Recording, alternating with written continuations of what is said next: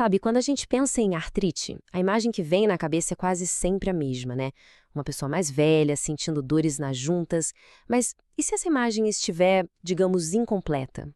E se a artrite não fosse uma doença só de gente mais velha? Pois é, vamos direto ao ponto. A grande questão que a gente vai analisar aqui é exatamente esta.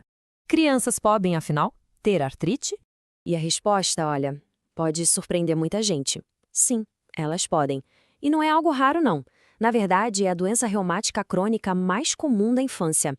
Vamos entender direitinho o que isso significa. Então, tá. Se crianças podem ter artrite, do que exatamente a gente está falando? Vamos mergulhar na definição dessa condição para entender melhor. O nome oficial é artrite idiopática juvenil, ou a sigla AIJ. Basicamente, é um termo meio que guarda-chuva, sabe? Ele cobre um grupo de doenças inflamatórias crônicas que causam dor e inchaço nas articulações de crianças e adolescentes. Guarda bem essa palavra.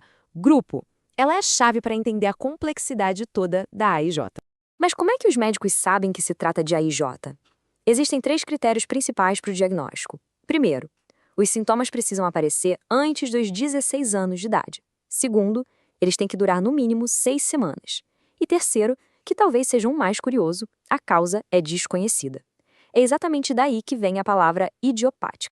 E no dia a dia, como é que isso aparece?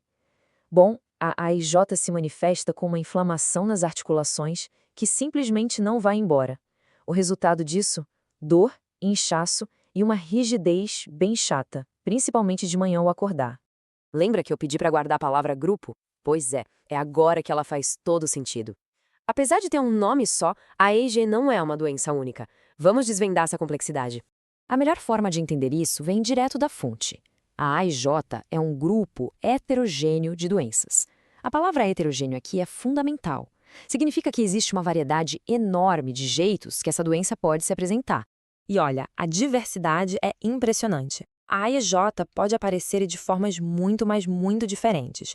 A forma oligoarticular, por exemplo, afeta poucas articulações. Já a poliarticular, como o nome sugere, pega várias.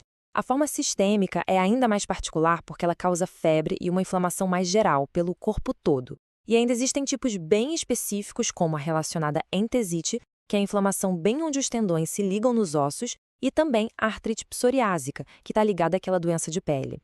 Entender essa variedade é o primeiro passo para o tratamento dar certo. Certo, mas como os médicos decidem em qual caixinha o paciente se encaixa? Bom, essa classificação vai depender de uma combinação de coisas. Os sinais que o médico observa na criança, o número exato de articulações que estão sendo afetadas e, claro, os resultados dos exames de laboratório. E tudo isso leva a gente para a próxima grande pergunta. Porque por trás de toda essa inflamação, existe um mistério bem grande. É a pergunta que não quer calar. Afinal de contas, o que causa a artrite idiopática juvenil? Olha só essa comparação. Ela ajuda a entender bem. Para artrite comum, a gente geralmente consegue apontar uma causa, né? Uma infecção, uma lesão ou o próprio desgaste do tempo. Mas na AIJ, o quebra-cabeça é outro. A causa exata ainda é um mistério. E é por isso, de novo, o nome idiopática, de causa desconhecida. Mas calma, causa desconhecida não quer dizer que a gente está totalmente no escuro, não. A ciência já encontrou peças bem importantes desse quebra-cabeça. A gente sabe que tem a ver com o sistema imunológico, que meio que se confunde e começa a atacar o próprio corpo. Também sabemos que existe uma combinação de fatores, uma predisposição genética e alguns gatilhos no ambiente que podem dar o pontapé inicial para a doença começar. Então, o ponto-chave é o seguinte: o diagnóstico da AIJ é feito por exclusão. Pensa que os médicos precisam ser quase detetíveis. Eles têm que investigar e descartar todas as outras possibilidades de artrite na criança, como uma infecção, por exemplo, antes de bater o martelo e dizer é AIJ. Ok, já entendemos melhor o que é a doença. Mas e agora? Qual é o caminho a seguir? Vamos falar sobre o tratamento e os objetivos dele.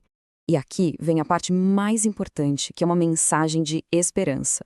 O tratamento pode, sim, impactar de forma muito positiva a qualidade de vida não só da criança, mas da família toda. E isso é fundamental. O plano de ação do tratamento tem 3 grandes missões. A primeira, claro, é controlar a inflamação, para diminuir a dor, o inchaço, a rigidez. Depois disso, o foco é prevenir danos permanentes nas articulações, protegendo elas para o futuro. E talvez o objetivo mais importante de todos, garantir que a criança tenha um desenvolvimento normal, que ela possa crescer, brincar e viver a infância da melhor forma possível. E para cumprir essas missões, os médicos contam com todo um arsenal de tratamentos. Existe uma variedade de medicamentos que podem ser usados, desde anti-inflamatórios mais comuns até remédios super avançados, como os agentes biológicos, que agem em pontos bem específicos da inflamação. E para a gente fechar, fica aqui uma reflexão. Como é que o diagnóstico e o tratamento certos mudam o futuro de uma criança com AIJ? A resposta é: completamente. Um bom acompanhamento permite não só controlar os sintomas, mas, mais importante, garantir uma vida ativa, saudável e cheia de possibilidades. Transforma um diagnóstico que assusta em uma condição que pode ser muito bem gerenciada. Isso só mostra o poder do conhecimento e da medicina.